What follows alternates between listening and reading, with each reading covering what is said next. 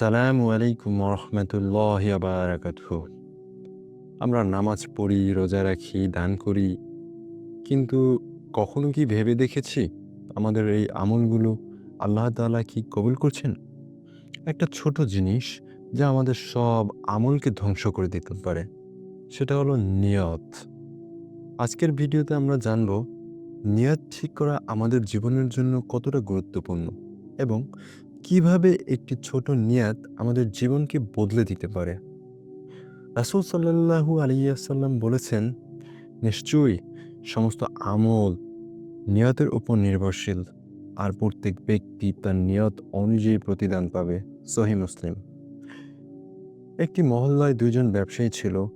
তাদের মধ্যে একজন মানুষকে সাহায্য করত, কিন্তু চুপচাপ। কেউ জানুক বা না জানুক, সে শুধু আল্লাহ তাআলার সন্তুষ্টি অর্জন করতে চাইত। অন্যজনও দান করত, কিন্তু সে শুধু মানুষকে দেখানোর জন্য দান করত।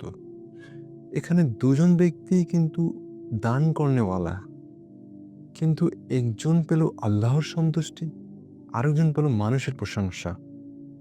প্রিয় ভাই ও বোনেরা, মানুষের প্রশংসা তো শুধু দুনিয়ার জন্যই, কিন্তু আল্লাহ তাআলার সন্তুষ্টি তা আখিরাতের জীবনে আমাদের কাজে আসবে।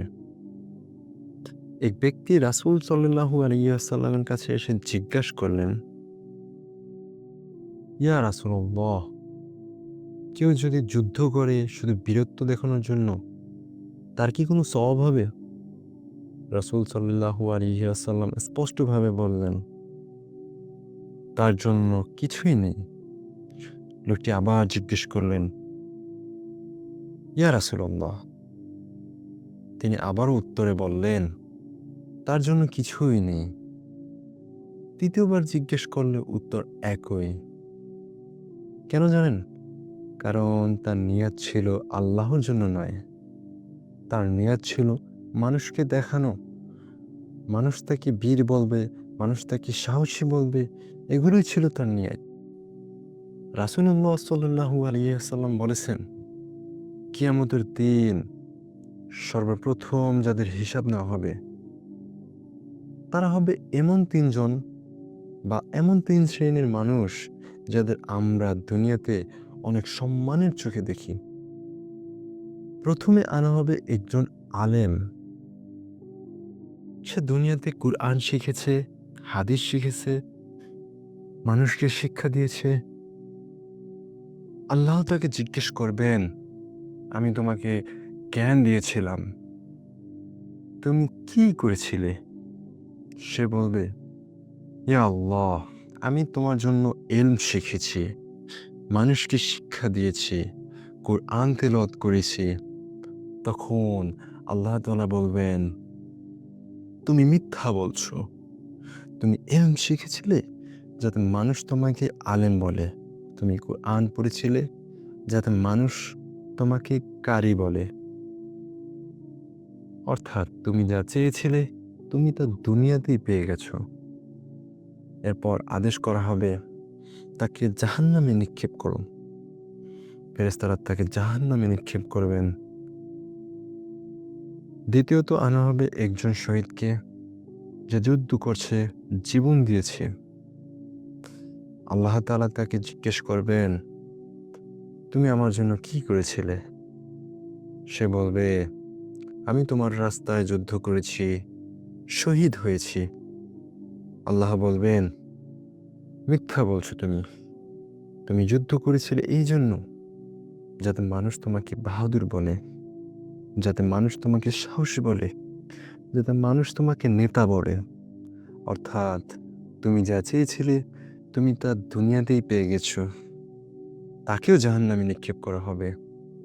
এবার আনা হবে তৃতীয় ব্যক্তি, যে কিনা দুনিয়াতে অনেক দানশীল ছিলেন, মানুষকে সাহায্য করতেন, দান করতেন। আল্লাহ তাআলা তাকে জিজ্ঞেস করবেন, আমি তোমাকে সম্পদ দিয়েছিলাম, তুমি আমার জন্য কি করেছিলে?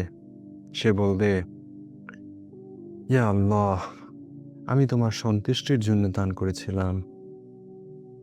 আল্লাহ তাআলা বলবেন, তুমি মিথ্যা বলছো। তুমি দান করেছিলে এই জন্য যাতে মানুষ তোমাকে দানশীল বলে, যাতে মানুষ তোমাকে দয়াবান বলে।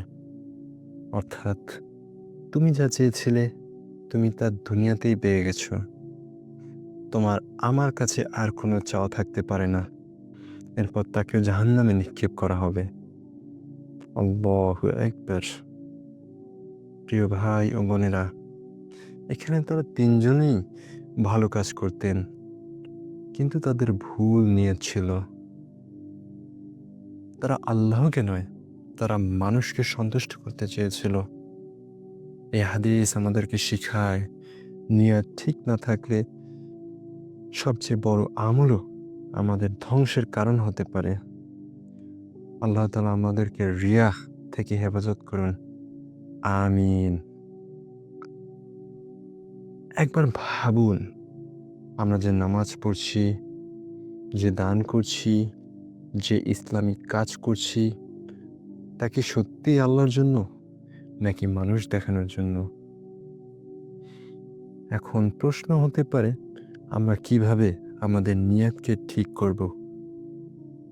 প্রিয় ভাই ও বোনেরা, প্রতিটা কাজের আগে মনে মনে একবার হলেও নিজেকে প্রশ্ন করুন, আমি কি এটা আল্লাহর সন্তুষ্টির জন্য করছি নাকি শুধুমাত্র মানুষ দেখানোর জন্য করছি?